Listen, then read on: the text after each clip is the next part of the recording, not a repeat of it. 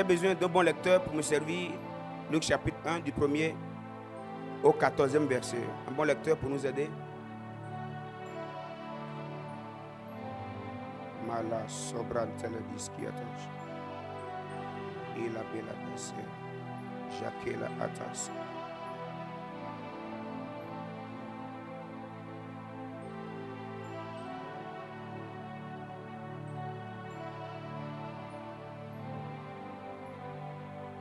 Luc chapitre 4. Luc chapitre 4.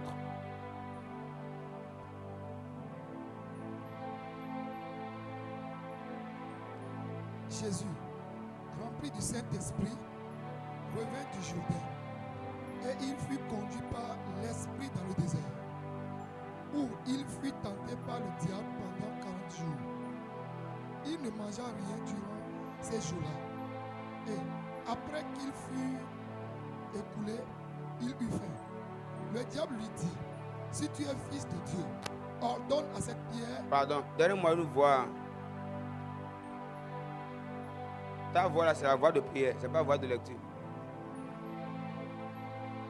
Je veux une voix de lecture. Ça, c'est la voix de prière. Un homme de Dieu disait un jour, dans une église, il y a ceux qui ne seront jamais dans la chorale. Il y a des gens, il faut les mettre dans le groupe d'intercession. Il y a certaines voix, quand vous les avez d'office, vous savez que votre place normale, là, c'est intercession. Ok, merci. Luc 4, verset 1er. Jésus, rempli du Saint-Esprit, revint du Jourdain, et il fut conduit par l'Esprit dans le désert, où il fut tenté par le diable pendant 40 jours. Il ne mangea rien durant ces jours-là, et après qu'il fut écoulé, il eut faim. Le diable lui dit, si tu es fils de Dieu, ordonne à cette pierre qu'elle devienne du pain. Jésus lui répondit, il est écrit, l'homme ne vivra pas de pain seulement. Le diable, l'ayant élevé, lui montra en un instant tous les royaumes de la terre et lui dit, je te donnerai toute cette puissance et la gloire de ces royaumes, car elle m'a été donnée et je la donne à qui je veux. Si donc tu te prosternes devant moi, elle sera toute à toi. Jésus lui répondit, il est écrit, tu adoreras le Seigneur, ton Dieu, et tu le serviras lui seul. Le diable le conduisit encore à Jérusalem, le plaça sur le haut du temple et lui dit, si tu es fils de Dieu, jette-toi d'ici bas, car il est écrit, il donnera des ordres à ses anges à ton sujet, afin qu'ils te gardent, et ils te porteront sur les mains, de peur que ton pied ne heurte contre une pierre. Jésus lui répondit, il est dit, tu ne tenteras point le Seigneur ton Dieu. Après l'avoir tenté de toutes ces manières, le diable s'éloigna de lui jusqu'à un moment favorable. Jésus, revêtu de la puissance de l'Esprit, retourna en Galilée. Et sa renommée se répandit dans tout le pays d'alentour. Amen. Ferme tes yeux, nous allons prier. Excellent Père, dans le tout-puissant nom de Jésus. Je crois en ta capacité de nous expliquer au-delà de tout ce qu'on dit, au-delà de tout ce qu'on a lu et au-delà de tout ce qu'on comprenait d'habitude de lecture de ta parole. Je te prie ce matin, donne-moi la capacité de parler selon toi. Donne-moi ta voix, donne-moi d'enseigner comme Jésus enseignait. Amplifie les paroles et les propos qui sortent de ma bouche afin que l'objectif de Dieu dans ce message soit atteint. Que personne ne rate la visitation et la touche de Dieu par cette parole de Dieu au nom de Jésus-Christ. J'ai confiance en toi, Saint-Esprit, parce que tu ne vas rater personne dans la salle. Au nom de Jésus. Et même au-delà de la salle, pour tous ceux qui sont en ligne et ceux qui vont suivre ces messages, je prie, Seigneur, que tu ne les rates pas. Au nom de Jésus. Amen.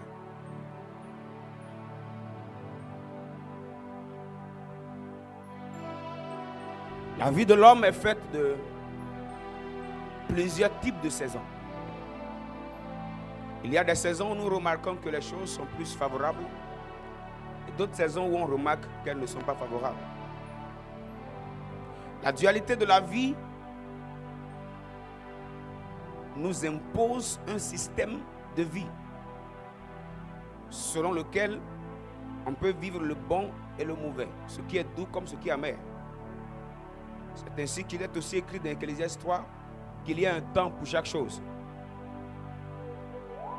Et parfois, tout ce que Dieu veut faire dans nos vies, Dieu le fait dans un temps. Et dans le temps de Dieu, il peut y avoir plusieurs temps. Vous savez, il y a le temps qu'on appelle le temps de visitation. Et le temps qu'on appelle le temps avant le temps de visitation. Ce que moi j'appelle le temps avant le temps de Dieu. Et généralement, le temps avant le temps de Dieu, c'est souvent un temps que Dieu prend pour nous préparer et planifier en nous les grandes choses qui nous préparent dans le temps de manifestation. Le temps avant le temps de manifestation, que moi j'appelle le temps avant le temps de Dieu. On peut être étonné de remarquer ici, dans cette lecture, Jésus rempli du Saint-Esprit. Une bonne chose. Mais la Bible nous dit qu'il fut conduit par l'Esprit dans le désert. Et jusque-là, je ne trouve pas une chose anormale. Mais qu'on me dise que le Saint-Esprit l'a amené dans le désert pour qu'il soit tenté par le diable. Moi, c'est là mon choc.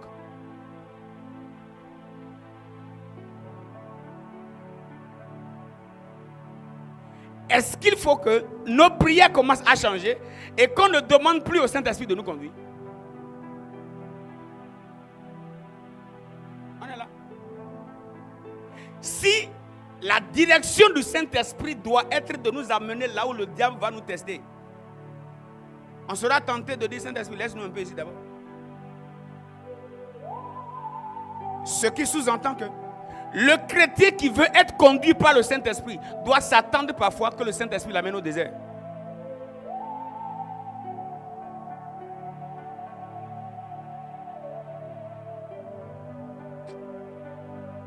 Je vais vous dire une chose. Ce que je veux prêcher ce matin, moi-même là, je ne l'aime pas.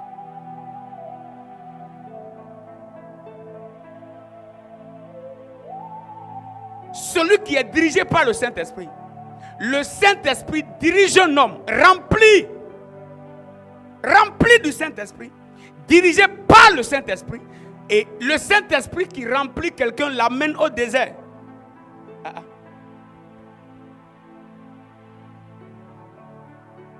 L'amène au désert. Et pas seulement pour qu'il aille faire une promenade, mais c'est comme si il y a un Satan là-bas qui l'attend. Et le Saint-Esprit garde sa main et l'amène au diable.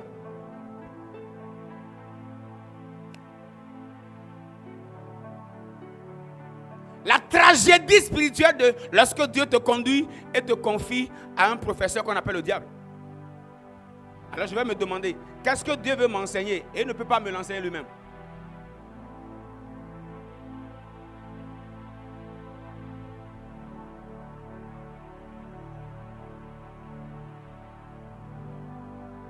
Et il faut qu'il me confie à un adversaire. Pour que cette leçon de la vie, je la prenne d'un adversaire. Rempli du Saint-Esprit, le Saint-Esprit me conduit. Pendant que je parle en langue, je demande: Saint-Esprit, conduis-moi. Il te conduit et il t'amène chez le diable. Vous me comprenez là? Comment le Saint-Esprit va me conduire chez le diable?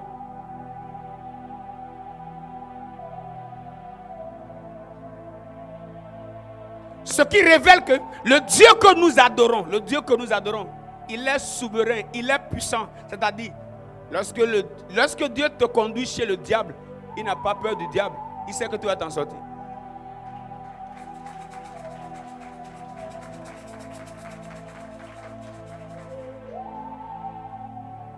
Mais ceci faisant, il a toujours un objectif. Il a toujours un objectif. C'est là que je parlerai ce matin. de l'abondance ou du débordement. Nous sommes dans le mois de débordement. Le débordement, mais qui coule du désert. Lorsqu'on parle du débordement, on peut juste avoir une illusion, assoiffée de vivre de grandes choses. Mais souvent, on n'attend pas le débordement par le chemin du désert. Je vous l'ai dit, même moi-même qui vous parle, je n'aime pas ça.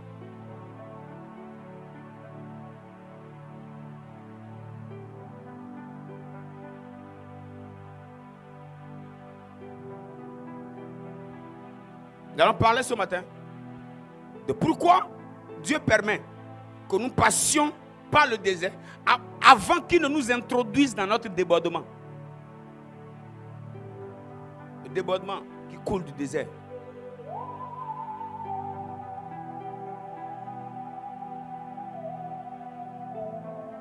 Une histoire consultée me parle d'un homme d'affaires très riche et très influent qui était dans un aéroport considéré comme le deuxième plus grand aéroport du monde entier.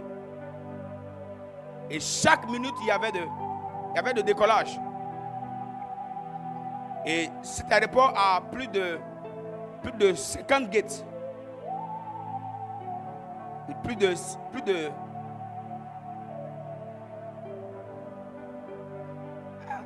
Seigneur, merci. Donc moi-même, je peux expliquer gate. Hey, thank you, Lord.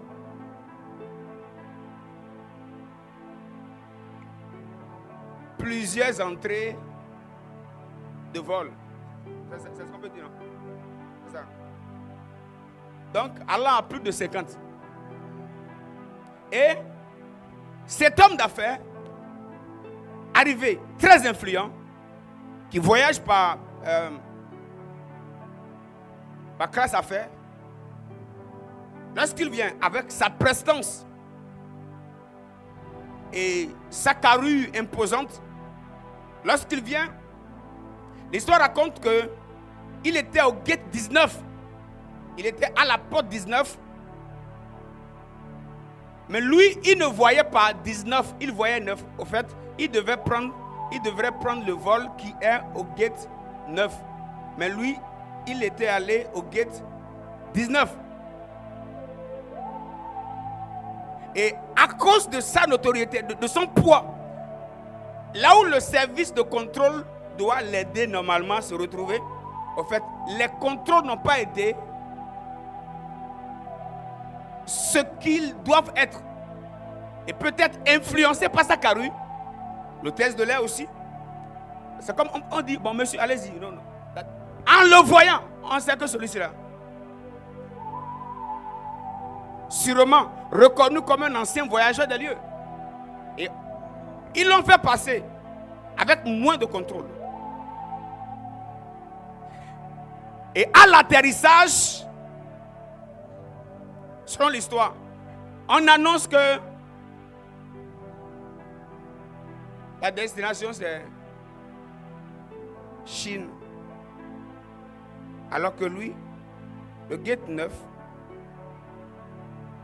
devrait l'amener en France. Je ne sais pas comment ça s'est passé. Mais c'est une histoire réelle. Mais il commence à dire, mais il était très sûr d'eux. Et c'est là qu'il s'est rendu compte. Il avait changé de porte.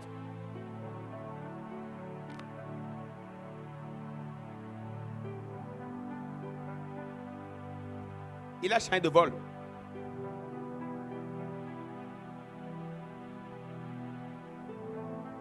Il y a des niveaux de la vie.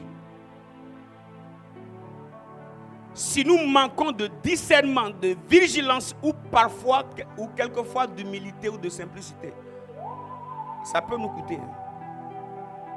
Et parfois, lorsque Dieu sait là où il nous amène, il s'assure de nous faire passer par un processus qui nous permettra de bien regarder nos billets.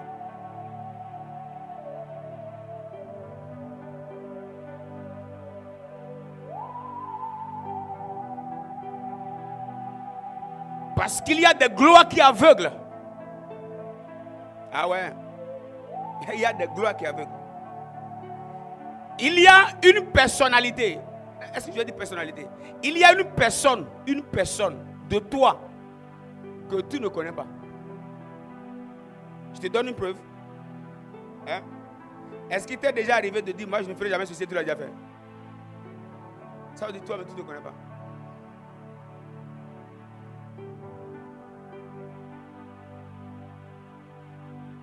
C'est la preuve que même toi-même là, tu ne te connais pas. Et c'est dans certaines situations que le vrai toi se révèle. Et parfois, Dieu nous fait passer par le désert pour un objectif bien précis. On peut évoluer.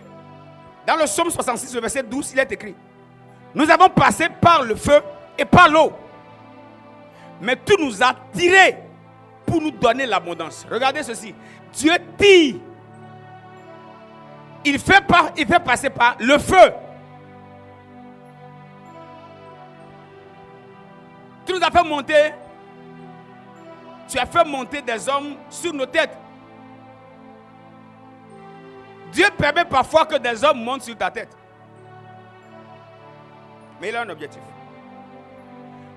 Nous avons passé par le feu et par l'eau.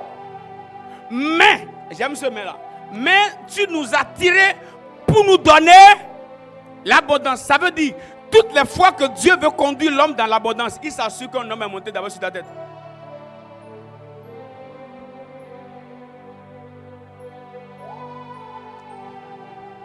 Il s'assure d'abord que tu as été introduit par le feu et par l'eau. Et tu t'en es bien sorti. Le débordement a toujours été la conséquence qui sort de notre passage par le désert.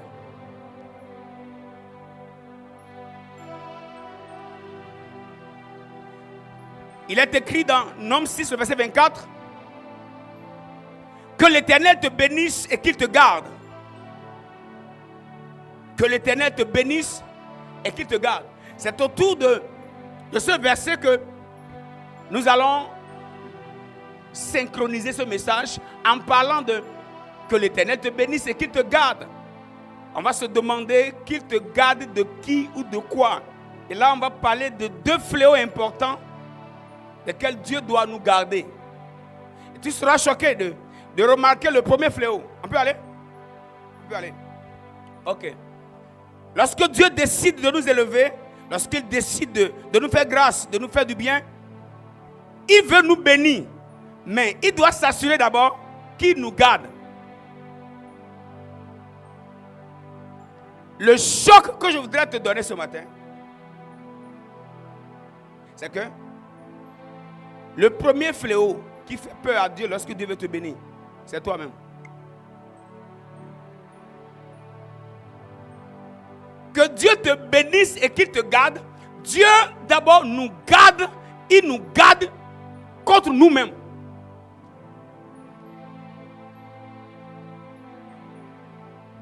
Mes amis, ce que l'homme est capable de faire.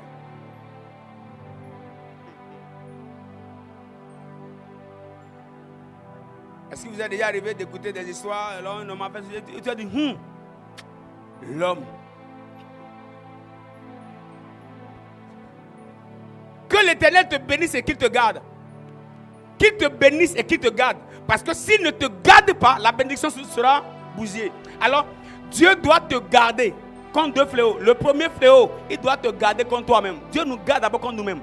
Et pour réussir à nous garder contre nous-mêmes, c'est là qu'il nous fait passer par le désert. Et on va voir rapidement quelques points qui permettent à Dieu de nous garder en nous faisant traverser le désert. On peut aller?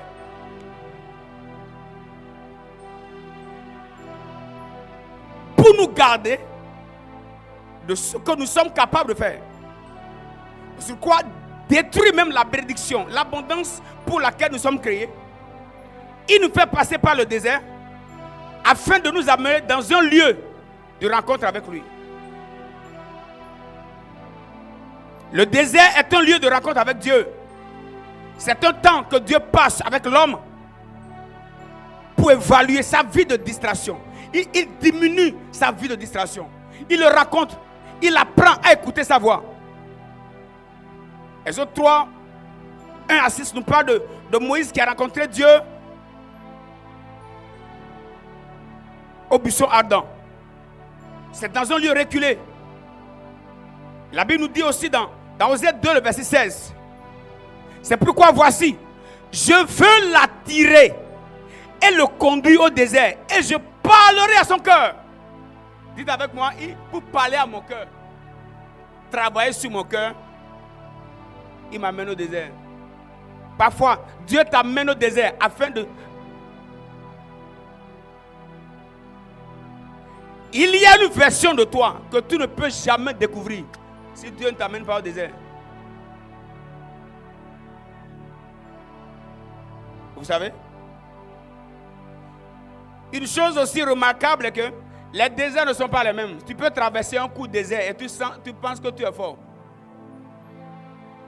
Ce que je dis là, ceux qui ne sont pas habitués ne vont pas comprendre.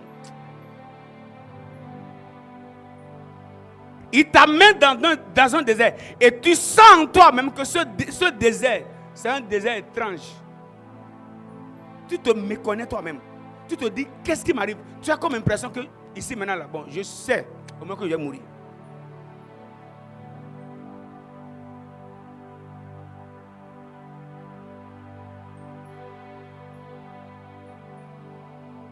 Deuxième chose, Dieu nous amène au désert afin de révéler et traiter ce qui est caché dans notre cœur.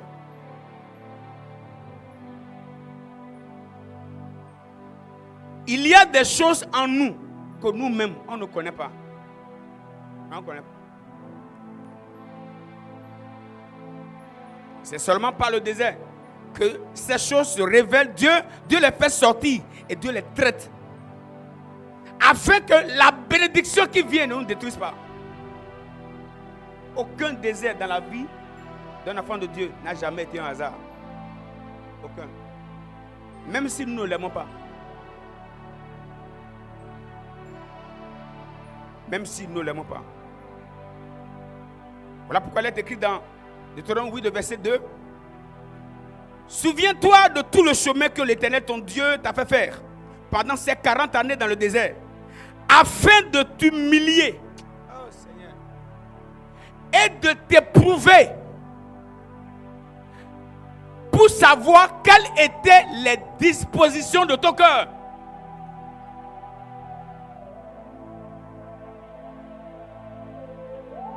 Et si tu garderais ou non ces commandements.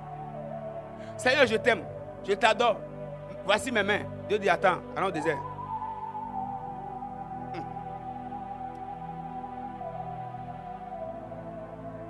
Allons au désert. Parfois, c'est par certaines difficultés que Dieu sort. C'est-à-dire, il y a une version de toi qui sort. Comme tu dis, hein, j'étais comme ça.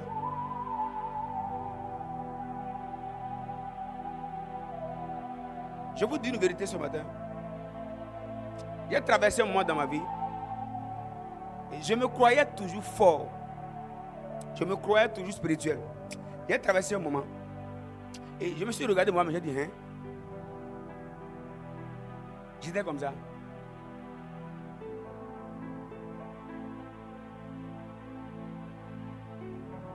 Et tu sens même que la prière que tu fais là, c'est chewing-gum.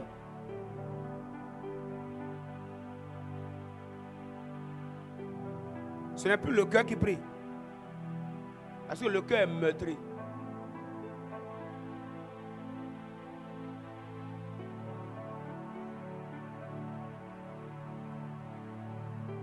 Et Dieu nous fait passer par le désert afin de nous révéler toutes ces choses. Troisièmement, par le désert, il nous amène à développer notre attachement à lui et notre dépendance de lui. Parfois le désert, c'est une saison de ta vie où tu sens même que la personne sur laquelle tu pouvais mieux t'appuyer commence à être un peu absente. Et si tu ne comprends pas, tu vas croire que c'est parce qu'elle a changé. Non, ce n'est pas elle qui a changé. C'est toi qui as changé de lieu de test.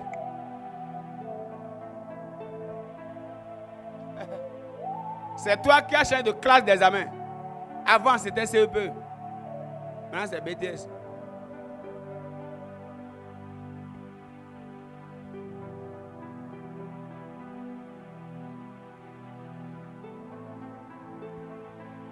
Autre point.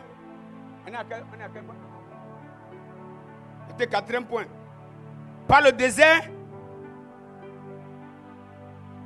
Dieu développe en nous, il fait grandir en nous notre endurance, notre foi et aussi notre patience. Si Dieu veut changer ta manière de parler, Dieu va t'exposer à certaines personnes.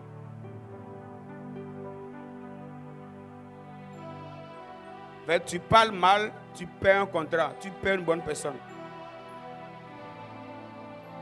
Et si tu apprends à bien parler, maintenant, tu commences à regarder les gens. C'est-à-dire quoi? Ta manière de parler, de te comporter aujourd'hui te disqualifie pour certaines personnes.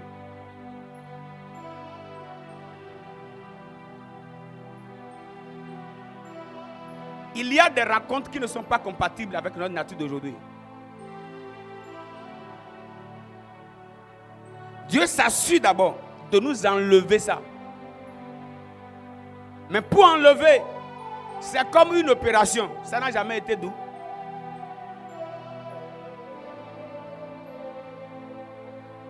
Tu te dis, donc jusqu'à lui il m'a laissé. Jusqu'à elle aussi. Ah bon? Parfois, ce n'est pas les personnes, mais c'est les lieux de test qui ont changé. Et c'est les épreuves. Avant là, tu faisais épreuve de mathématiques. Maintenant là, ici là, c'est philo.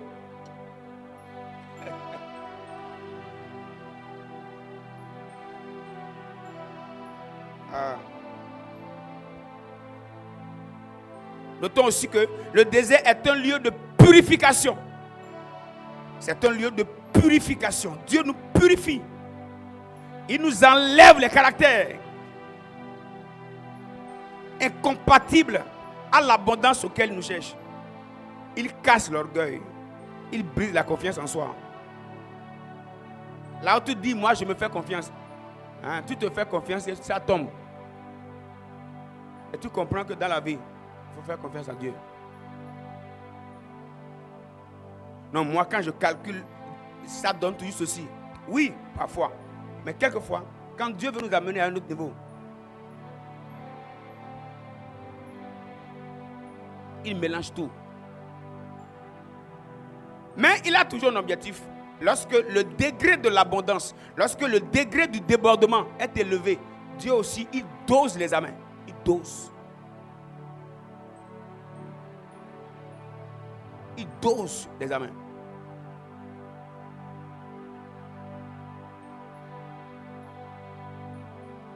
On est à quel point? 5e, ça purifie. 6e, c'est dans le désert qu'on découvre la fidélité de Dieu. Vous n'allez jamais voir quelqu'un dire Dieu est fidèle s'il n'a rien connu. Il va seulement dire Dieu est bon.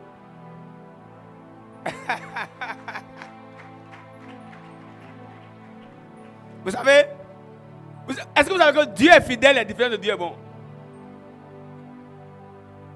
En fait, Dieu est bon lorsqu'il te donne ce que tu veux. Non, il est bon. Dieu est bon, Dieu est bon. Il dit, il dit oui, bravo. Maintenant, pour dire, Dieu est fidèle. Tu as attendu. Tu regardes à gauche, il ne vient pas. Et c'est finalement quand il arrive, tu dis, il est fidèle. Là, ce n'est plus Dieu est bon. Il est fidèle. Parfois, la bonté de Dieu, c'est pour les nouveaux. La fidélité de Dieu, c'est pour les anciens.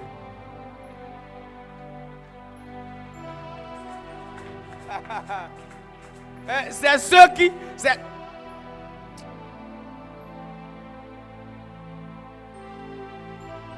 Mais moi aussi, on tient ton.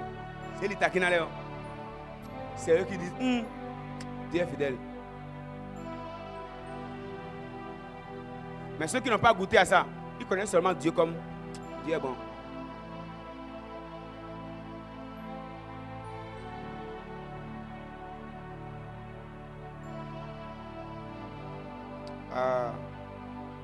Alléluia. Et dans toutes ces situations, Dieu veut s'assurer qu'on est bien préparé pour la prochaine saison. Parce que Dieu te promet, voilà, je t'amène en Israël, à Canaan, j'allais dire, là où coule le lait et le miel. Assure-toi toujours. Tu vas traverser un désert.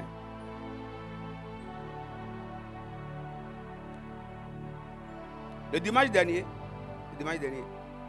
quand on était au culte, ceux qui étaient là, quand le docteur Niquez prophétisait. En fait,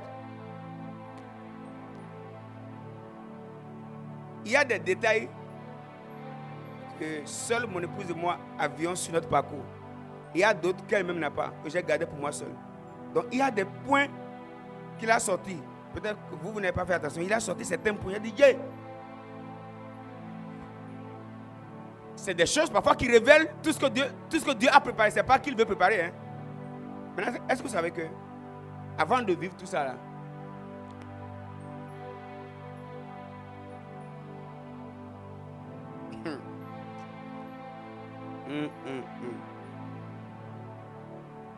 et pendant qu'il prophétisait, le révérend Didier, Dieu l'a ouvert les yeux. Vous avez vu quoi?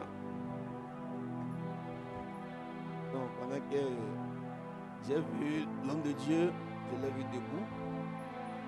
Et j'ai vu des épines qui étaient montées au-dessus de lui, autour de l'homme de Dieu. Des épines. Oui, oui. C'est comme arbre d'épines, il n'y a pas de feuilles tout autour de lui. J'étais tranquille, je le regardais. On parlait, moi je le regardais, j'ai ouvert mes yeux. Et le Seigneur m'a dit, tu vois, je l'ai entouré d'épines afin qu'il ne puisse pas dérailler. Je vais vous faire une confession. Et là, après, le Seigneur m'a dit, j'ai ma saison pour lui. C'est ça. Je lui ai envoyé le message aussitôt. C'est ce que j'ai dit à Dieu. Est-ce que tu as besoin de mettre épines? Tu dis les belles choses, nous tous on écoute. Et puis la vérité.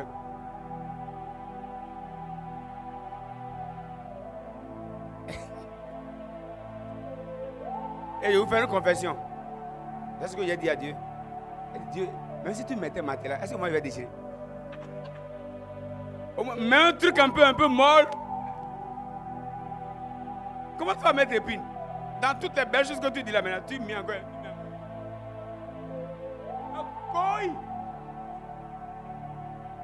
Parfois, plus les choses sont grandes, où Dieu veut.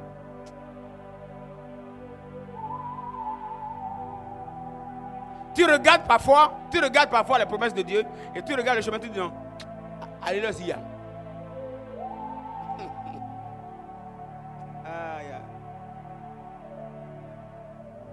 Que Dieu nous aide. Dis Seigneur, aide-moi à réussir le test. Je ne veux pas rater ma saison. Au nom de Jésus. Deuxième fléau. Nous avons dit le premier fléau, c'est contre nous-mêmes. Le deuxième fléau, c'est contre les ennemis. Là, on va voir rapidement ce que le désert est capable de produire dans la vie de l'homme destiné à de grandes choses. Vous savez, lorsque Dieu travaille sur toi, pendant que Dieu est en train de travailler sur toi, dans le désert, il fait des choses sur toi, il travaille sur ton cœur, sur ton caractère, mais aussi, dans ce même désert, il t'ouvre les yeux sur le monde spirituel, parce que si tu as seulement de bons caractères et tu ne connais pas les combats spirituels, ton bon caractère, ton bon comportement va te faire échouer. Parce qu'avec les démons, même si tu es gentil, tu vas échouer. Avec les démons, même si tu donnes offrande, et tu n'es pas un homme de guerre, une femme de guerre, il y a des hôtels qui peuvent te résister, qui peuvent te bloquer, si tu n'es pas un homme, une femme qui connaît le monde spirituel. On peut aller? On peut aller. Donc, deuxième fléau contre lequel Dieu nous protège, c'est contre les ennemis. Et c'est le désert qui nous révèle parfois notre vrai état spirituel. Le désert te révèle ton vrai état spirituel. Le désert.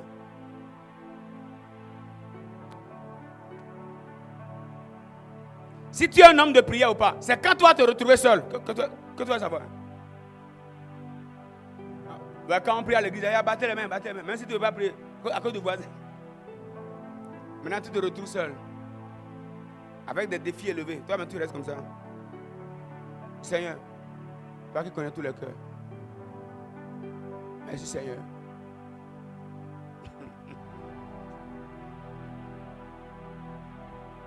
Le désert nous révèle notre vrai état.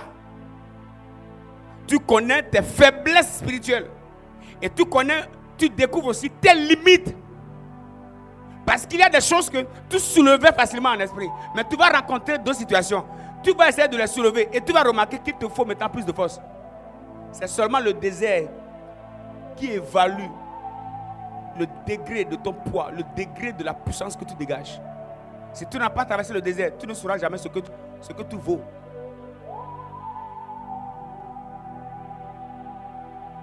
Deuxième chose, le désert est un territoire de confrontation avec le diable.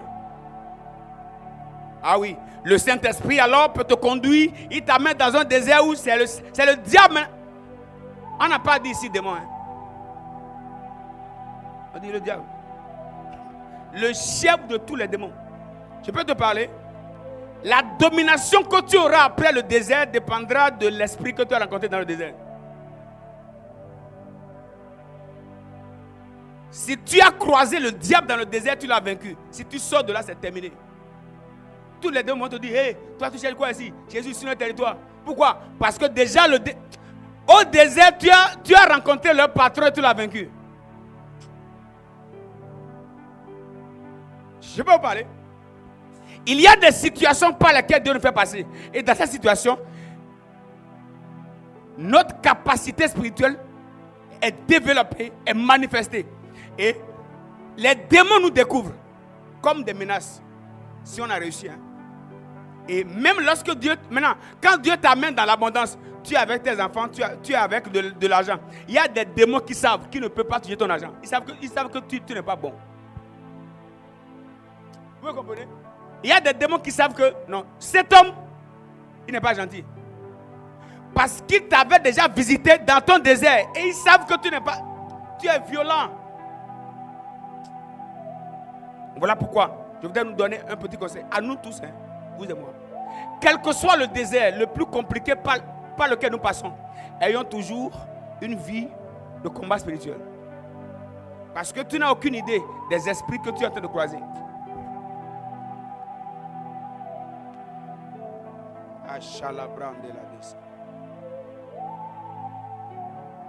Dans tout désert, il y a toujours des esprits. Ah oui. Il y a toujours des esprits. Dans toute situation compliquée, il y a toujours des démons qu'on croise. Gardons le cap. Parce qu'il y a un prix à gagner. L'abondance.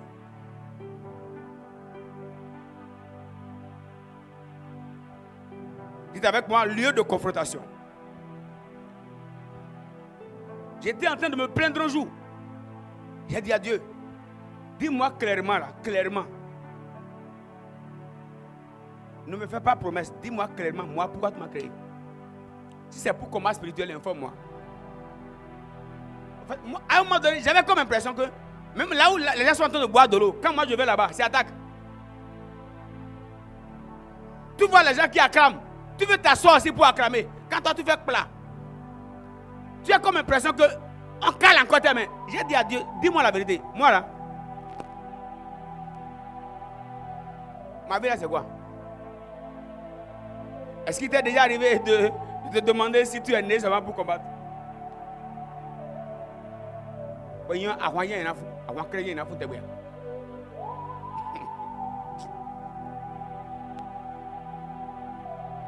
Mettez-moi le psaume 18, 35. C'est là que Dieu m'a donné ce verset. Tu me donnes le bouclier de ton salut.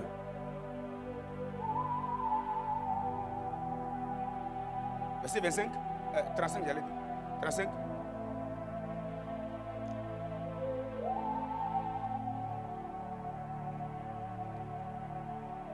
Tu me donnes le bouclier de ton salut.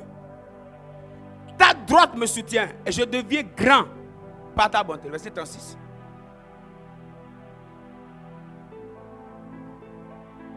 Je sais pas si c'est le 34, c'est vous. 34, appelez-moi 34. Ok. C'est là que Dieu m'a donné ce verset. Il exerce mes mains au combat. Vous comprenez ça? Dis à ton voisin, Dieu exerce tes mains par les combats. Dis-lui, le terrain du combat est un champ d'exercice. Pour t'exercer, Dieu t'envoie. Il y a des démons qui viennent pour te faire.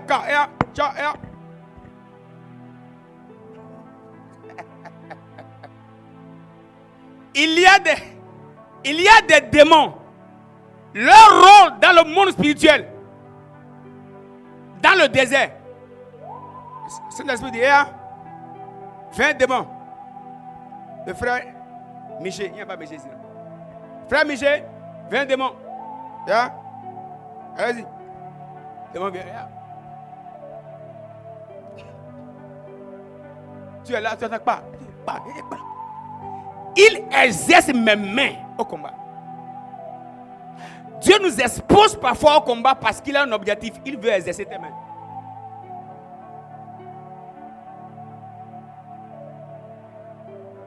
Et là, mais ce que je dis là, je vous ai dit ça au début, non?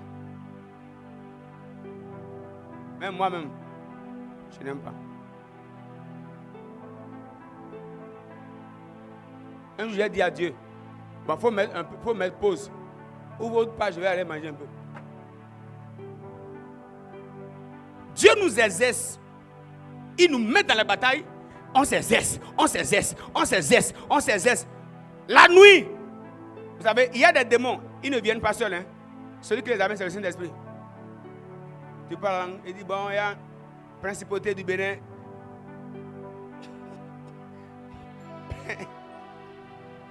Il y a quelqu'un qui a une grâce territoriale.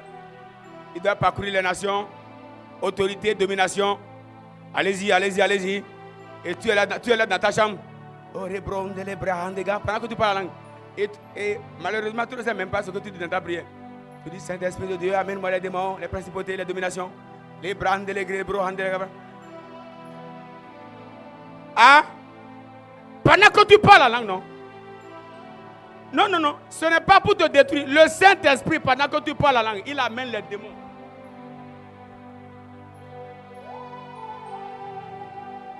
Et l'objectif, c'est d'exercer tes mains.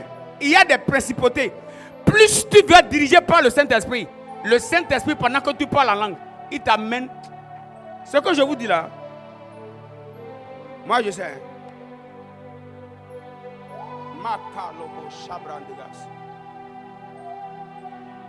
Le Saint-Esprit, il t'amène les batailles des principautés, des dominations.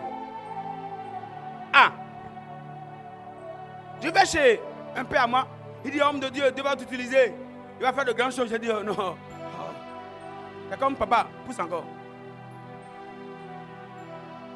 Il prophétise, je dis non. J'étais allé avec quelqu'un. J'ouvre mes yeux dans mon cœur. Est-ce que tu entends? Et il prophétise, maintenant il tourne la page. Il dit, fais attention. Il dit, c'est quoi, attends? Il faut dire la bonne chose. Il dit, mais, je vois. Il dit, je vois. Il dit, c'est comme, ne voyez plus voyez ce que vous avez commencé à voir. Vous voyez, c'est ça. Il dit, je vois des grandes batailles. Je vois des soulèvements de l'enfer. Il dit, je vois ton nom écrit sur. Il dit, je vois ton image à. Ça dit, des deux gens qui sont dégoûtés. Toutes les bonnes choses que j'ai entendues au départ m'ont dégoûté. Quoi?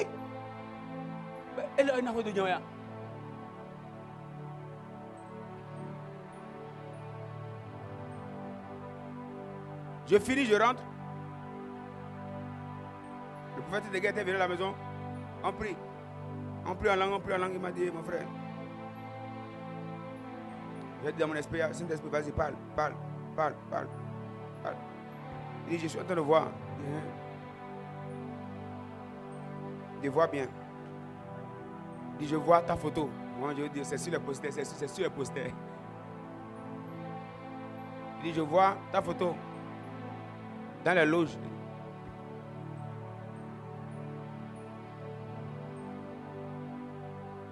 Il dit, je vois des gens en train de faire des incantations sur ton nom. Il dit, jusqu'à la fin de la prière, j'étais plus motivé. Quand il est parti, j'ai dit, Dieu. Oui.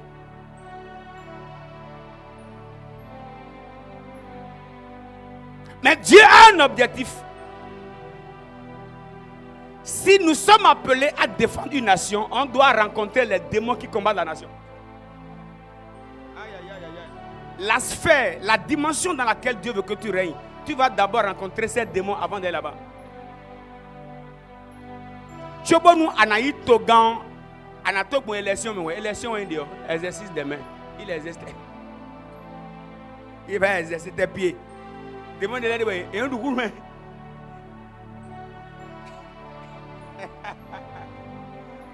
Maintenant, on va mettre tout le monde. Il y a des démons. Et un dougour, mais. Des cas.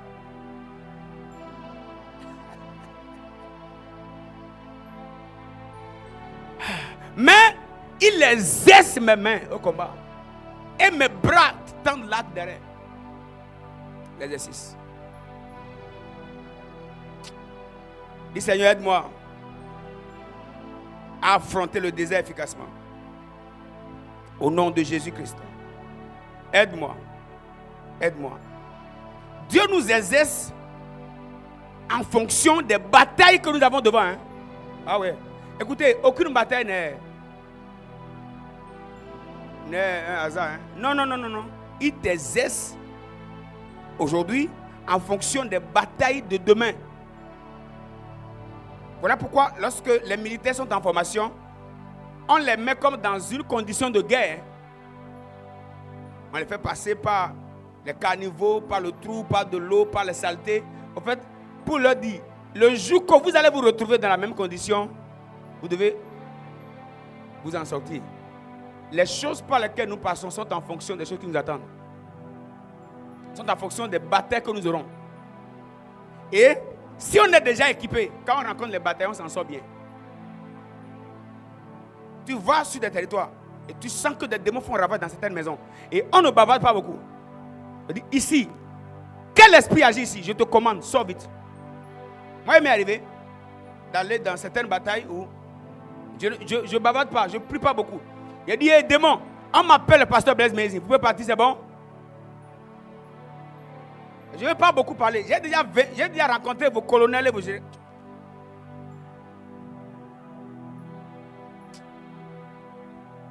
me souviens avoir été dans un service de délivrance et les esprits qui parlaient sortaient. À un moment donné, j'étais fatigué de dire qui est ici sortait. J'ai dit, ok, mon nom c'est le pasteur Blaise Mézine. Il dit, hey, pasteur Blaise, toi ici, tu viens chercher quoi ici? Toi ici, toi aussi. D'autres peuvent être ici. Toi dans ce dossier te concerne quoi? J'ai demandé aux esprits, vous me connaissez? Il dit, pasteur Blaise, ce que je vous dis, c'est une musulmane qui parle. C'est au travers de lui que l'esprit parle. Une musulmane qui ne connaît pas mon église, qui ne connaît pas mon nom. La musulmane commence à me raconter l'histoire et me donner les noms des personnes qu'il a délivrées de leur pouvoir. Elle a dit, c'est pas toi qui as délivré telle personne. C'est pas toi qui nous a retiré telle personne. C'est pas toi qui as renversé tel hôtel. On te connaît, toi on te connaît. Ah, il exerce mes mains au combat en fonction.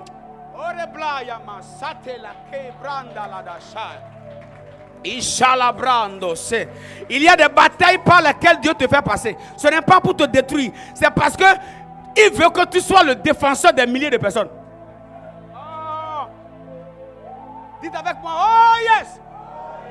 Dieu veut que tu sois défenseur des milliers de personnes. Alors, il va te faire rencontrer des mondes de milliers de personnes.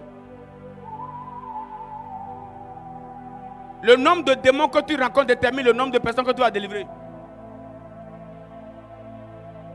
Si tu remarques dans ta vie que tu ne rencontres pas assez de démons,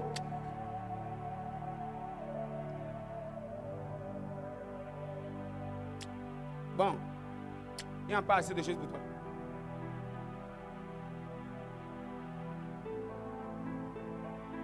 Nos batailles, nos déserts révèlent ce que nous portons.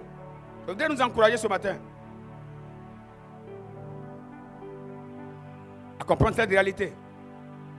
Il y a l'abondance, mais il y a le désert. Et le désert nous prépare à l'abondance. On doit garder la foi. On reste attaché à Dieu. Dieu travaille sur notre caractère. Il nous discipline.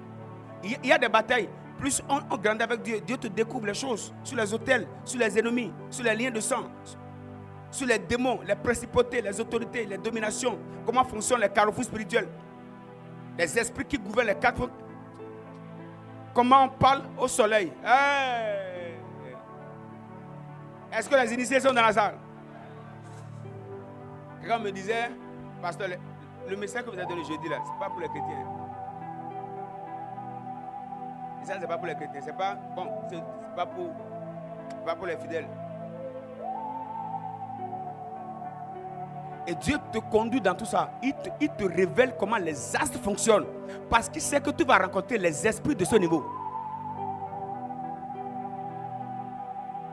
Il les laisse nous mettre au combat. Derrière chaque désert, il y a l'abondance. Mais n'oublions pas, les déserts précèdent toujours le temps d'abondance. Dis à quelqu'un, ne démissionne pas. Garde sa main, dis-lui, ne démissionne pas.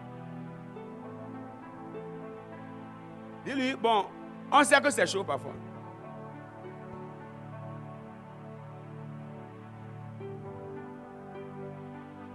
C'est chaud, bon, pas parfois, hein, c'est chaud souvent. Mais on va s'en sortir. Alléluia. Que Dieu nous bénisse. Tu vas faire cette prière avec moi, Seigneur. Donne-moi de vaincre toute partie de moi qui me disqualifie. Premier fléau. Comme mes comportements, mes pensées, mes habitudes d'aujourd'hui.